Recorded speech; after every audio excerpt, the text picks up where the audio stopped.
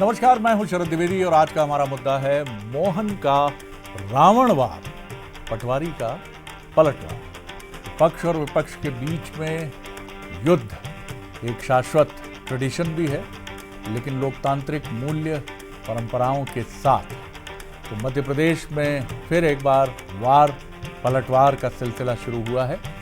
क्या है पूरा मसला, क्यों विपक्ष को कहा गया रावण और क्या कहा है विपक्ष ने रावण का टैग जो उनको दिया है मुख्यमंत्री ने, पहले समझेंगे इस रिपोर्ट के जरिए और रिपोर्ट के बाद फिर चलेंगे डिबेट की तरफ। शुक्रवार को मध्य प्रदेश बीजेपी ऑफिस में सेवा पखवाड़े को लेकर कार्यशाला हुई।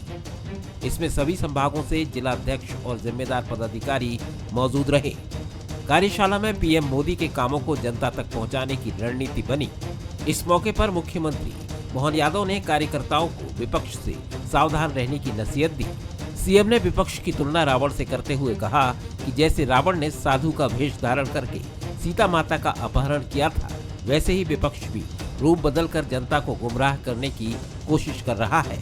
इतना ही नहीं, मुख्यमंत्री ने विपक्ष पर राम के नाम पर दंगे कराने का भी आरोप लगाया। बहुत चालाक है, वो हमेशा भगवान राम के समय से माता सीता का अपहरण करने साधु के वेश में आता है। वो हमेशा उसी नाटक से आज भी बाहर नहीं आ रहा है। इसलिए आज भी वो संविधान की किताब दिखाते हुए अपने आप को जिस संविधान के साथ सौ बार उनने उसका संशोधन करते हुए अपना चरित्र कुछ और रूप में दिखाया। इसलिए आज के दौर में वो न्यायालय की बात करते, लेकिन न्यायालय की धज्जियां उड़ाते हमेशा कांग्रेस का अतीत का इतिहास रहा है। यही वो लोग हैं जिन्होंने भगवान राम के मामले में देश में दंगे कराने का पाप लाए थे। मुख्यमंत्री ने कहा कि राहुल गांधी संविधान की किताब दिखाते हैं, शहजादों की भाषा और आचरण सब देख रहे हैं। मुख्यमंत्री के बार के बाद कांग्रेस ने पलटवार किया। प्रदेश अध्यक्ष जीतू पटवारी ने कहा कि मुख्यमंत्री ने राहुल गांधी की लाल किताब को याद किया। देश संविधान से चलता है और बीजेपी आरएसएस संविधान बदलने की बात करते हैं। आदरणीय मुख्यमंत्री जी ने आज राहुल गांधी जी की लाल किताब को याद किया, संविधान को याद किया और कहा कि राहुल गांधी जी इसका डर बता के सत्ता में आना चाहते हैं। ये संविधान की पुस्तक है, ये देश के आम नागरिक की ताकत है और देश इससे चलना चाहिए। राहुल गांधी जी इसकी बात करते हैं। आप भी मुख्यमंत्री बने हो, इसी की ताकत से बने हो। दरअसल कांग्रेस इन दिनों वोट चोरी और संविधान बचाओ जैसे अभियानों के जरिए पीएम मोदी और बीजेपी को घेर रही है। वहीं बीजेपी सेवा पखवाड़े के जरिए जनता के बीच जाकर पीएम मोदी के काम गिनवाना चाहती है। इस बीच मुख्यमंत्री के रावण वाले बयान ने प्रदेश में सियासी तापमान बढ़ा दिया है। अब देखना होगा कि गणेश उत्सव के दौरान रावण के बहाने सियासत और कितने रंग दिखाती है। फिलहाल तो सीएम मोहन का रावणवार और पटवारी का पलटवार सुर्खियां बटोर रहा है। आपने देखा कि क्या है पूरा मसला और ये लड़ाई और तेज़ होती चली जाती है जब देश में कहीं चुनाव होता है। मध्य प्रदेश में जब चुनाव होता है तब तो और तेज़ होती ही है, लेकिन इस समय बिहार चुनाव की वजह से भी कांग्रेस और बीजेपी दोनों का टेम्परेचर हाई है और एक दूसरे पे तरह तरह के वार और प्रतिवार है। हमारे जो सवाल हैं वो देख लीजिए। क्या मुख्यमंत्री डॉक्टर मोहन यादव का रावणवार विपक्ष को बैकफुट पर धकेलने की रणनीति है? क्या कांग्रेस के वोट चोरी अभियान से बीजेपी पर दबाव बन रहा है? और क्या रावण से तुलना और वोट चोर गद्दी छोड़ जैसे नारे मूल मुद्दों से भटकाने की तरफ ले जाने की कोशिश है? ये हमारे सवाल हैं। मुलाकात करिए उन मेहमानों से जो हमारे साथ हैं। स्टूडियो में मनोज सैनी जी हैं, एग्जीक्यूटिव एडिटर पॉलिटिकल अफेयर्स, उनका बहुत स्वागत। और साथ ही हैं हमारे साथ बीजेपी के सीनियर लीडर विधायक मोहन सिंह राठौर, उनका स्वागत है। रोशनी यादव जी हैं, युवा नेता प्रवक्ता कांग्रेस से, उनका बहुत स्वागत है। और चैतन्य भट्ट जी हैं, वरिष्ठ पत्रकार, राजनीतिक विश्लेषक, उनका भी बहुत स्वागत है। मनोज, एक छोटा सा कमेंट, क्विक कमेंट, फिर चैतन भट्ट जी और फिर राजनीतिक मेहमानों की तरफ चलूँगा मैं। कैसे देखते हैं आप, रावण की बात हुई, रावण छली था, बली था, तो कहीं धर्म अधर्म की तरफ भी इशारा करने की कोशिश करके विपक्ष पे करारी चोट करने का प्रयास है मुख्यमंत्री डॉक्टर मोहन यादव का। क्या आपको लगता है जुबानी जंग और तेज़ होगी और ये आपस में आक्रामकता बढ़ेगी, क्योंकि अब इलेक्शन भी अक्टूबर में है बिहार के? देखिए सरला जी, बिहार के चुनाव तो होना है, लेकिन बिहार के चुनाव का असर मध्य प्रदेश में भी दिखाई देगा और शायद ये उसी की एक वानगी है। राम की बात तो हमेशा भारतीय जनता पार्टी करती रही है, राम तो बिल्कुल उनके केंद्र में रहे, लेकिन मध्य प्रदेश की राजनीति में राम और रावण की चर्चा भी होती रही। रावण इस परिवेश में है कि इन दिनों ये मैं कह सकता हूँ कि कहीं ना कहीं विपक्ष भी दिखाई तो दे रहा है और शायद ये चिंता का विषय भी हो सकता है। और जब कार्यकर्ता सामने हो तो उनको समझाया कैसे जाएगा? मेरे ख्याल से राम और रावण का जिक्र करके ही समझाया जाएगा। थोड़ी देर पहले वो एक दूसरे कार्यक्रम में राम का जिक्र कर रहे थे, यहाँ जब पहुंचे तो वो रावण का जिक्र कर रहे थे। लेकिन रावण का मकसद ये है कि जिस तरह प्रधानमंत्री नरेंद्र मोदी ने कार्यक्रम किए, प्रधानमंत्री मोदी ने देश को आगे बढ़ाने का काम किया, तो उनका मकसद ये था कि रावण के बेस में जो विपक्ष है वो अपनी बातें मनवाना चाहता है जनता के सामने, तो आपको जनता के बीच में जाना पड़ेगा। पर एक चीज इस तरफ जरूर इशारा कर रही कि एक तो प्रधानमंत्री फिर केंद्र में रहने वाले, भले चुनाव 2028-29 में होंगे, लेकिन उससे पहले प्रधानमंत्री की चर्चा, क्योंकि उनके जन्मदिन को उसी तरह मनाया जाएगा सेवा पखवाड़े के रूप में। और दूसरी तरफ विपक्ष को कमजोर नहीं मान रही है सरकार भी, मुझे तो ऐसा दिखाई देता। और इसीलिए रावण से तुलना शायद मुख्यमंत्री ने की है। हक है उनका, बनता वो किस तरह से कहते हैं, लेकिन निश्चित रूप से इस पर राजनीति और गर्माएगी और आने वाले दिनों में राम के जिक्र भी होगा और रावण का भी। जी भट्ट साहब, एक छोटा सा कमेंट आपका भी, रावण और उस पर जीतू पटवारी जी, जो मुख्यमंत्री जी ने कहा, जीतू पटवारी जी का पलटवार आप कैसे देखते हैं? क्योंकि अब राजनीति के आंगन में शब्दों को लेकर भी बहुत वाद विवाद चल रहा है और जिस तरह से प्रधानमंत्री जी की माता जी को लेकर टीका टिप्पणी हुई है और उसके बाद जिस तरह की भाषा दोनों तरफ से, क्योंकि यहाँ किसी राजनीतिक दल का हाथ तंग नहीं है भाषा के संयम को लांघने में। जी भट्ट साहब।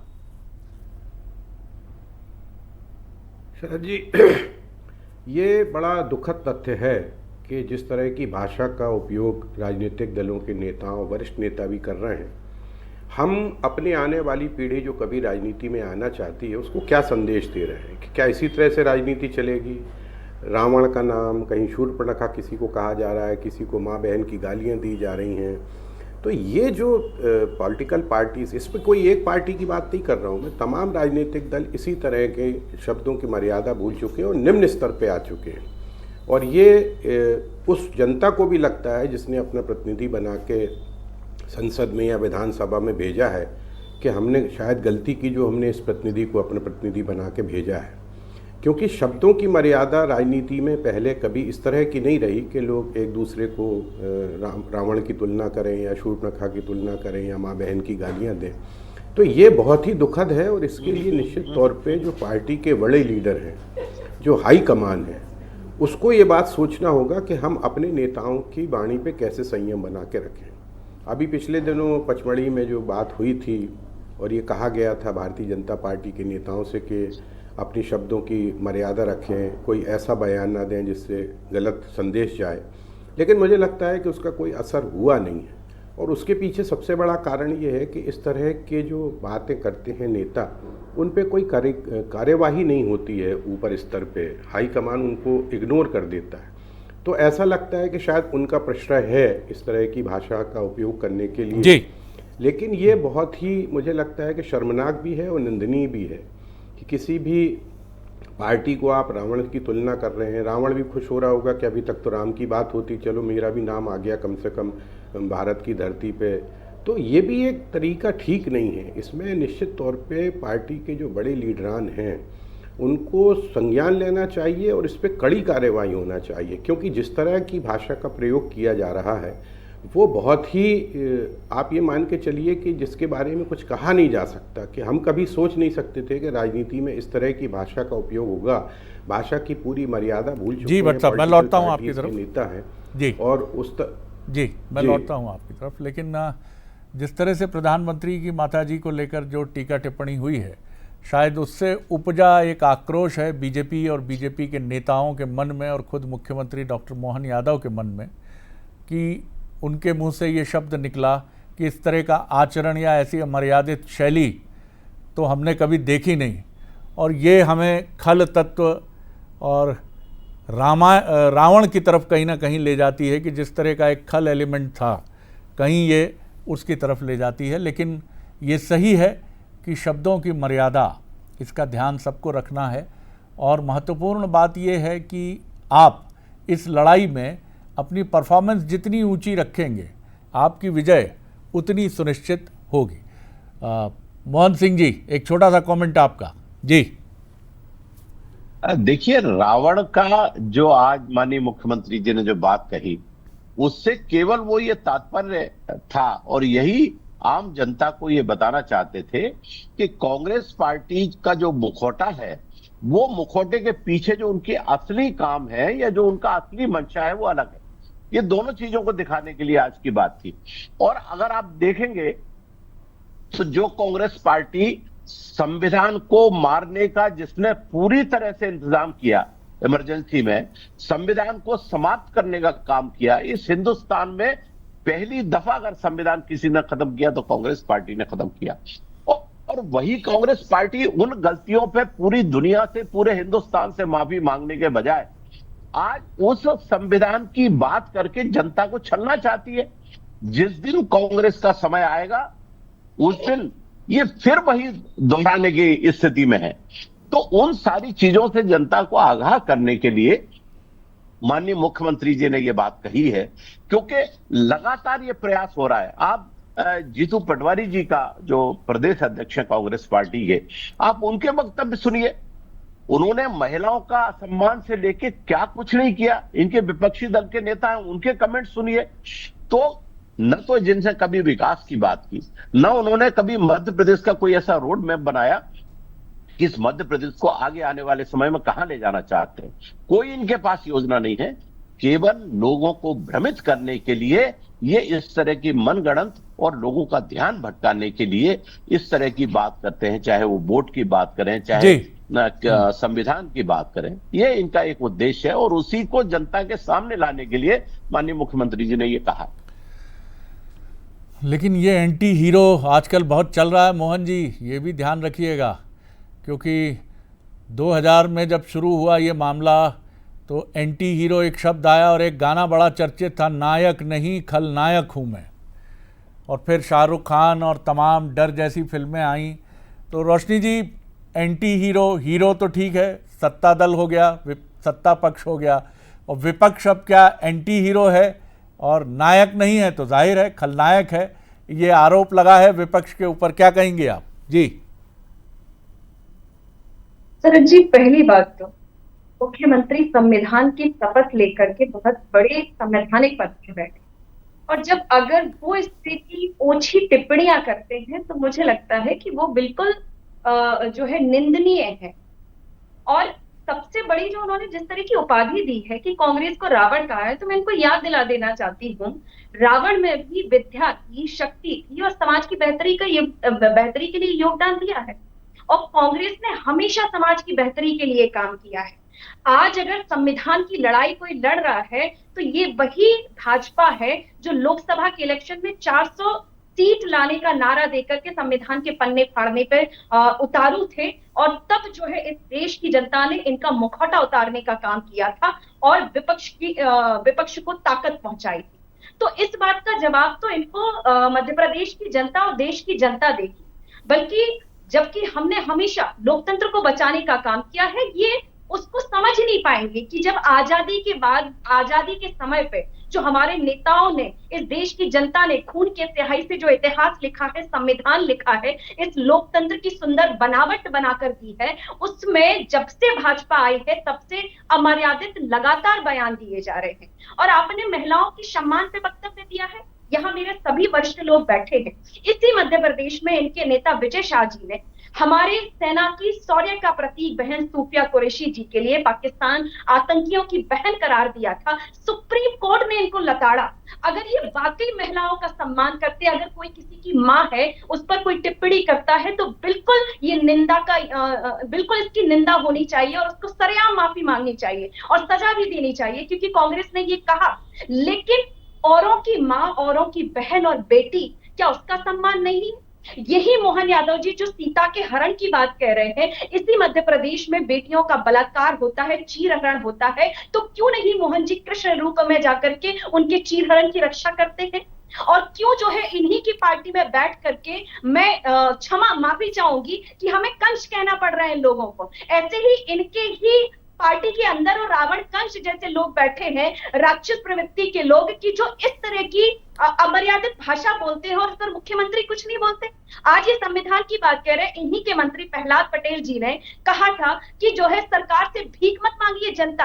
अरे जनता क्यों भीख ना मांगे, उसी संविधान के अधिकार के एक वोट देकर के आपको गद्दी पे बैठाती है, इसलिए वो भीख मांगेगी। और विपक्ष का एक एक कार्यकर्ता और अध्यक्ष जीतू पटवारी जी अगर इनको मध्य प्रदेश के भविष्य का मुखौटा दिखाते हैं कि आज पूरा मध्य प्रदेश ड्रग्स माफियाओं का अड्डा बना हुआ है, नशे यहाँ भ्रष्टाचार में लिप्त है, और इनके गृह जिले में एक बात और शरद जी मैं ऐड करूंगी, इन्हीं के गृह जिले के बगल में इंदौर में शिक्षा स्वास्थ्य पे बात कर रही हूँ, माय अस्पताल जो सरकारी है, जहाँ पे 2 मासूम नवजात बच्चों को चूहे काटने से मौत हो जाती है, उस माँ का दर्द नहीं दिखता, उसके आंसू इनको नहीं दिखते। और ये बात किस तरह की बात करते, इनके पास जनता के मुद्दों पर बात करने के लिए कुछ नहीं है, इसलिए मुंह छिपा करके बैठना है। इस तरीके के उदाहरण ये रचते रहते हैं। मैं लौटूंगा, अगर ये बात करते हैं, जैसे रामपद की बात करते हैं, तो उसकी वास्तविकता को भी जान लेना चाहिए। क्या ये मध्य प्रदेश की जनता के लिए राम राज्य है?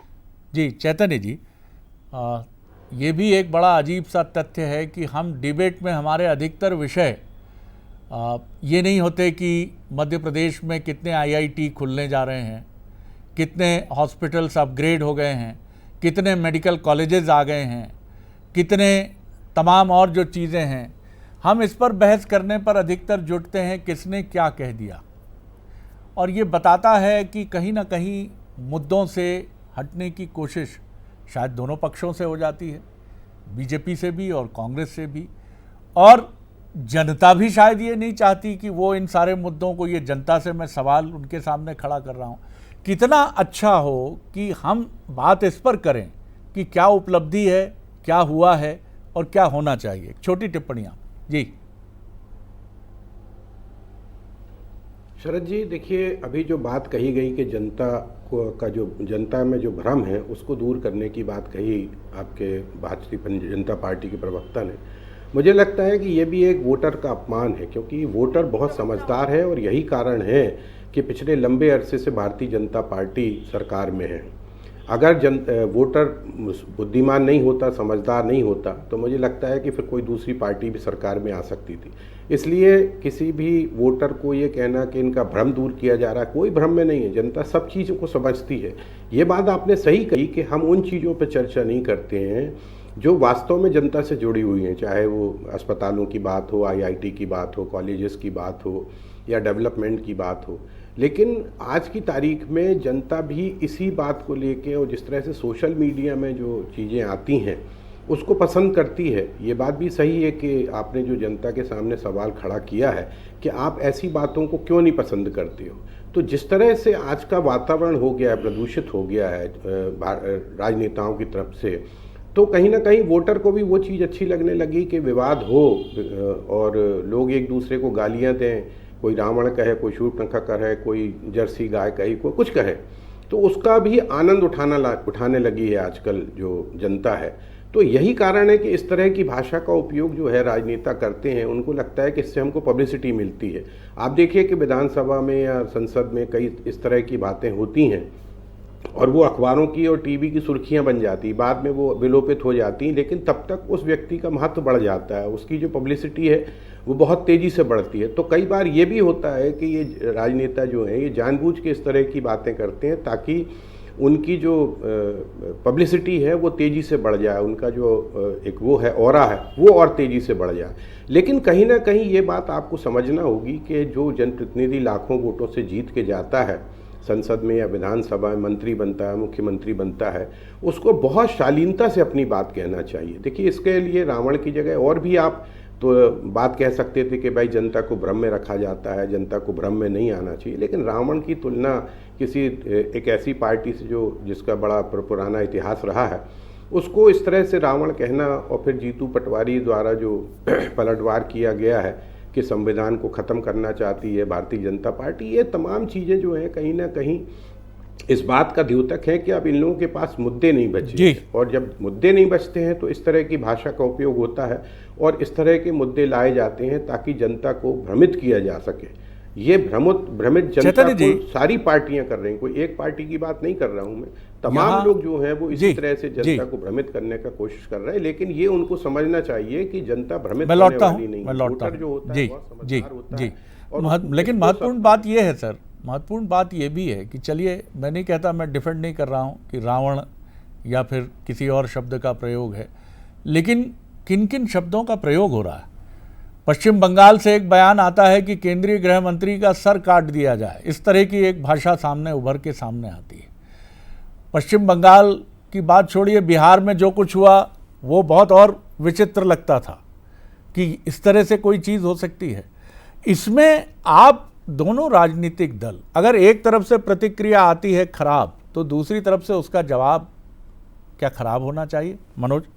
देखिए सरद जी, बिहार के चुनाव अभी शुरू होने जा रहे हैं, लेकिन बीच में जिस तरह के बयान जिनका आप भी जिक्र कर रहे हैं, तो निश्चित है फिर ये तो लगता है कि विकास के मुद्दे पर तो चर्चा ही नहीं होगी। अभी तो हमने सुना ही नहीं कि यहाँ इतने रोड या ये सड़क, पानी, बिजली जो मुद्दे रहा करते थे अब उनसे कहीं अलग होगा, क्योंकि सड़कें बन चुकी। लेकिन बहुत ऐसे मुद्दे हैं जिससे बिहार भी जूझ रहा होगा, या मध्य प्रदेश की बात करें तो मुझे लगता है विपक्ष को भी उसी भूमिका में भी आना चाहिए। आप सड़क पर आइए, आप भी, जैसे अभी कुछ दिन पहले शराब का मुद्दा काफ़ी उठा, महिलाओं की शराब को लेकर जो बात कही गई। दूसरी तरफ सरकार यदि रावण की बात कर रही है, तो मुझे लगता है दोनों ही दलों को, यदि आपके पास अपना काम है तो आप अपना काम दिखाइए। और इसीलिए प्रधानमंत्री नरेंद्र मोदी का जिक्र कर रहे थे, वो मैं सुन रहा था उसको, और उसमें ये कहा जा रहा था कि किस तरह हमें काम करना है। टिप्पणी उसी संदर्भ से जुड़ी हुई, बिहार के संदर्भ। जी हाँ, बिहार के संदर्भ से जुड़ी थी और दूसरी तरफ प्रधानमंत्री के कामों से जुड़ी थी कि आप इन कामों को बताइए। इन कामों को नहीं बताएंगे तो ऐसा ना हो कि विपक्ष जाकर रावण रूप में वो जाकर जनता को बता दे, अपनी बातों को वो सच बनवा दे कि संविधान गलत या संविधान का जो काम होना चाहिए वो सरकार नहीं कर रही, तो उसकी तरफ उनका इशारा था। लेकिन निश्चित रूप से बहुत सारे आपके पास शब्द भी है, बहुत ऐसी चीजें हैं जिन्हें आप भी बता सकते हैं और उदाहरण भी दे सकते हैं। आपने बिल्कुल बहुत बहुत मौजूद बात कही। मोहन जी, बहुत कम वक्त है, क्विक रिएक्शन लूंगा, 15 सेकंड आपका, 15 सेकंड रोशनी जी का। पहले आप जी। मैं आपको एक बात कहना चाहता हूं शरद जी कि कांग्रेस पार्टी ने अभी, कांग्रेस पार्टी के विपक्षी दल के जो नेता हैं उन्होंने आज एक बात रखी कि हम आदिवासी हैं, हिंदू नहीं।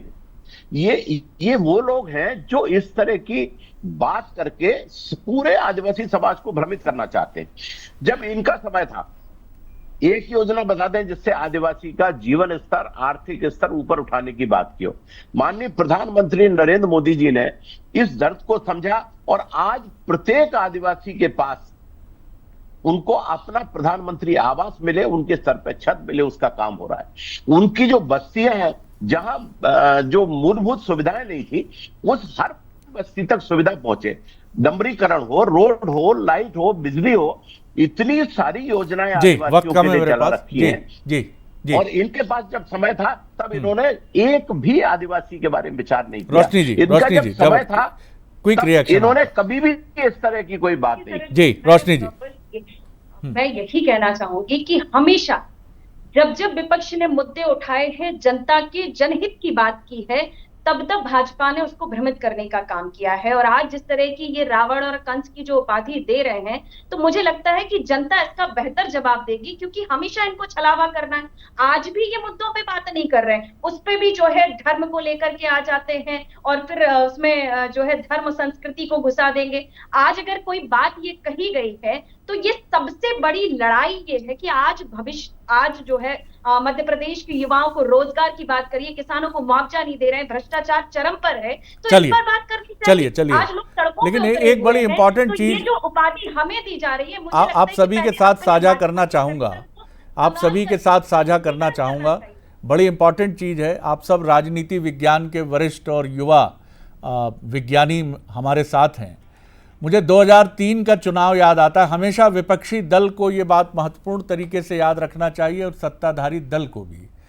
विपक्षी दल उस समय जो था वो बीजेपी थी और उसकी उस समय की कैंपेनर और मुख्यमंत्री का चेहरा उमा भारती जी छिंदवाड़ा के हनुमान जी के एक प्रसिद्ध मंदिर में गई, जाम सांवली, और वहाँ से एक खबर निकल पड़ी जिसे तत्कालीन सत्ताधारी दल ने बहुत आगे बढ़ाने की कोशिश की कि हनुमान जी को अंडे वाला केक चढ़ा दिया गया। हनुमान जी को अंडे वाला केक चढ़ा दिया गया।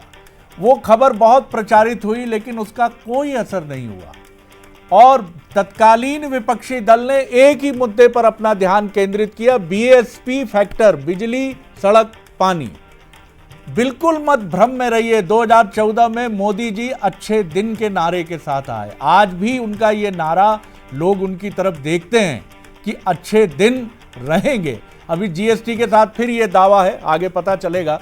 लेकिन सत्ताधारी दल हो या विपक्ष हो, आपको जीवन बदलना है लोगों का, और जीवन बदलने के लिए आपको उन बुनियादी मुद्दों पर केंद्रित रहना है जो लोगों के जीवन से जुड़े हैं, चाहे वो उनका टैक्स हो, चाहे वो उनकी गरीबी दूर करनी हो, उनकी बेरोजगारी दूर करनी हो, और चाहे लॉ एंड ऑर्डर, हॉस्पिटल और स्कूल्स और कॉलेजेस के मोर्चे पर अद्भुत व्यवस्था करनी हो। आप करते तो चलिए, चाहे आप पक्ष में रहें, विपक्ष में रहिए। विपक्ष में रहें तो लड़ते रहिए।